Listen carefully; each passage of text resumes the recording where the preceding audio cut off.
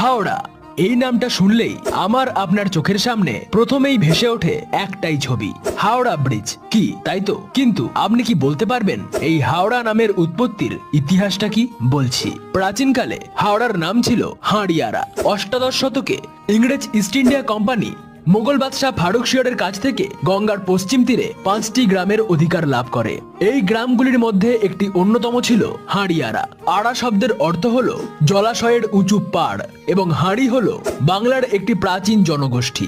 বর্তমানে যেখানে হাওড়া, একসময় এই অঞ্চলটি ছিল একটি জলা এলাকা এবং এখানে হাঁড়ি উপজাতির মানুষেরা বসবাস করত, আর তাই জন্য এই অঞ্চলটির নাম হয় হাঁড়িয়ারা। পরবর্তীকালে এই হাঁড়িয়ারা থেকেই এই অঞ্চলটির নাম হয় হাওড়া। অন্য আরেকটি মতে এই হাওড়া নামটির উৎপত্তি হাবড় শব্দ থেকে, যার অর্থ কাদাযুক্ত অঞ্চল। একটা সময় যেহেতু হাওড়া ছিল একটি জলা এলাকা, তাই জন্য